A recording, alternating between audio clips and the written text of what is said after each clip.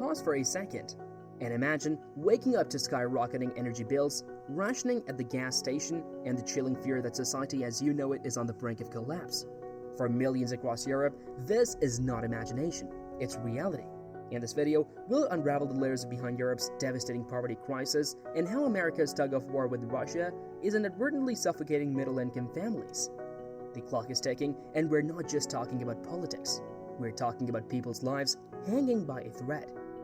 Europe is currently grappling with a deepening poverty crisis, and the signs of an impending collapse have been visible for a significant period.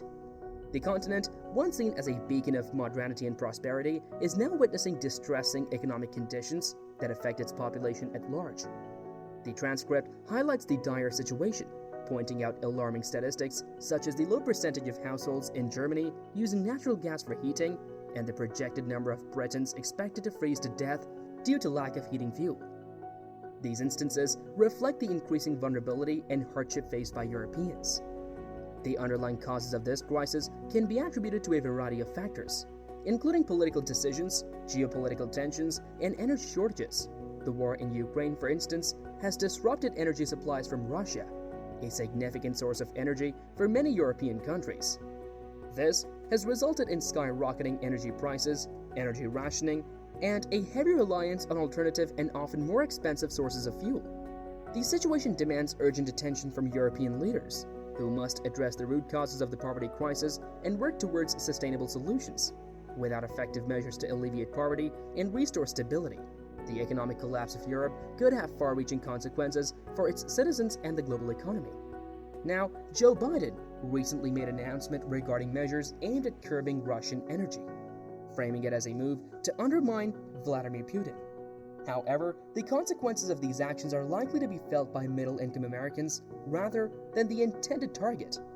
The decision to make it illegal for Americans to purchase Russian energy is expected to result in higher energy prices, particularly in the form of gas prices, which are already at historic highs.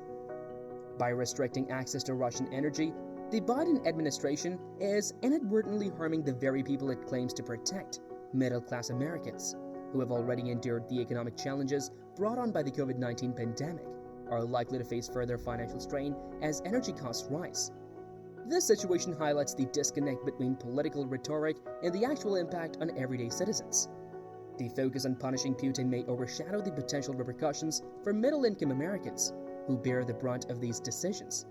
As such, it is crucial for policymakers to carefully consider the broader implications of their actions and prioritize the well-being of their own citizens. Europe is battling an energy crisis that could result in rolling blackouts, factory closures, and a deep recession. The primary reason is that Russia has cut off supplies of cheap natural gas, which the continent has relied on for years to power factories, generate electricity, and heat homes. As a result, European governments are scrambling for new supplies and ways to mitigate the impact as economic growth slows and household utility bills rise. The crisis worsened when Russia's state-owned exporter Gazprom announced that the main pipeline carrying gas to Germany would remain closed, blaming an oil leak and claiming that the problems could not be resolved due to sanctions prohibiting many transactions with Russia. According to European officials, it is energy blackmail intended to put pressure on and divide the European Union as it supports Ukraine against Russia's invasion. Just barely, because of the Nord Stream 1 pipeline shutdown, Russian gas shipments have dropped 89% year-on-year. Russia used to supply 40% of Europe's natural gas and even more to Germany, where cheap energy was an economic pillar. Some Russian gas is still being delivered to Europe via pipelines running through Ukraine and Slovakia, as well as one crossing the Black Sea to Turkey and then to European Union members Bulgaria. Russia began reducing gas supplies even before the Ukraine conflict began last summer. This caused gas prices to skyrocket. Then, after a number of European countries responded to the outbreak of the war by prohibiting many transactions with Russian banks, businesses and individuals, Gazprom cut them off. Natural gas prices have skyrocketed in recent weeks as a result of the reductions, given Russia's gradual reduction in supplies since last summer. Experts say Europe should be prepared for no Russian gas this winter. High energy prices are already threatening to cause a recession this winter due to record inflation, with consumers having less money to spend as food, fuel, and utilities prices rise. A complete shutdown could wreak even more havoc on an already troubled economy. Aside from heating homes and generating electricity, gas is used to power a variety of industrial processes that most people are unaware of, such as forging steel for automobiles, manufacturing glass bottles, and pasteurizing milk and cheese. Companies warn that they frequently cannot switch to other energy sources such as fuel oil or electricity to produce heat overnight. In addition, as everyone looks for alternative sources, the prices of fuel oil and coal have risen.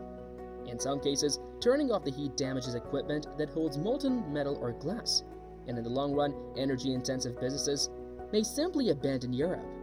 Is the problem only related to high natural gas prices? No. Electricity prices have also skyrocketed because gas is a primary fuel used to generate electricity. To compound matters, other sources of power have lagged for reasons unrelated to Russia. Drought has harmed hydroelectric power generated by rivers and reservoirs. Because of shutdowns due to corrosion problems in key pipes and repairs, updating and safety checks, France's fleet of 56 nuclear power plants is operating at half capacity. A heat wave limited the use of river water for cooling power plants, and lower Rhine River water levels reduced coal suppliers to generators. France is discussing sending natural gas to Germany while Germany is exporting electricity to France. It's usually the other way around. According to Rystad energy analysts, Europe could face a severe electricity shortage as early as this month. A worst-case scenario of cold weather, low wind generation, and a 15% reduction in gas consumption this winter would prove very challenging for the European power system and could lead to power rationing and blackouts. Regardless of the exact scenario, the coming winter is certain to be the most challenging Europe has seen in decades, and consumers or governments are expected to pay the price, said Carlos Torres Diaz, Rystad Energy's head of power. If gas demand is reduced, we expect power supply issues to emerge this month and worsen into 2023. Europe has secured all available alternative gas supplies, including shipments of liquefied natural gas, or LNG, by ship from the United States and additional pipeline gas from Norway and Azerbaijan. However, LNG is significantly more expensive than pipeline gas. Germany is keeping coal plants open that it had planned to close in order to reduce greenhouse gas emissions. It also retains the option of reactivating 2 nuclear plants that are scheduled to close. The EU's 27 member states have agreed to cut gas consumption by 15% by next March, roughly the amount experts believe will be required to compensate for the loss of Russian gas. Those conservation measures, however, are currently voluntary in member countries. National governments have approved a slew of measures, including bailouts for utilities forced to pay exorbitant Russian gas prices, cash assistance for hard-hit households, and tax breaks. Germany, for example, has approved a third support package totaling 65 billion euros, around $64.3 billion in consumer aid.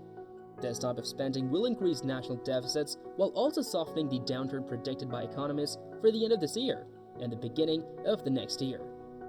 More steps are on the way. Ursula von der Leyen, president of the European Union's Executive Commission, says a new proposal will include a price cap on natural gas, as well as measures that could decouple the price of electricity from gas. Perhaps most importantly, in the short term, Europe has managed to fill 85% of its winter shortage with LNG and reduce consumption due to high prices. Even after Nord Stream 1 was shut down, storage levels continued to rise.